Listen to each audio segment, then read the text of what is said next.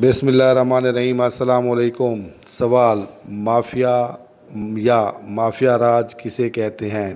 جواب: یہ چند لوگوں، سیاستدانوں، پولیس افسران، فوجی افسران، صنعت کاروں، زمینداروں، جرائم پیشہ افراد، درباری گدی نشین، اعلیٰ بیوروکریٹ افسران کا گٹھ جوڑ ہوتا ہے جو آپس میں مل کر غیر قانونی دھندے منظم انداز میں کرتے ہیں، اور انہیں پولیس افسران، سرکاری اداروں اور افسروں کی سرپرستی حاصل ہوتی ہے، جیسے آٹا چور مافیا، چینی چور مافیا، غیر قانونی انداز میں خورد و نوش کی اشیاء کو دوسرے ممالک میں بھیجنے والا مافیا، قبضہ خور مافیا وغیرہ۔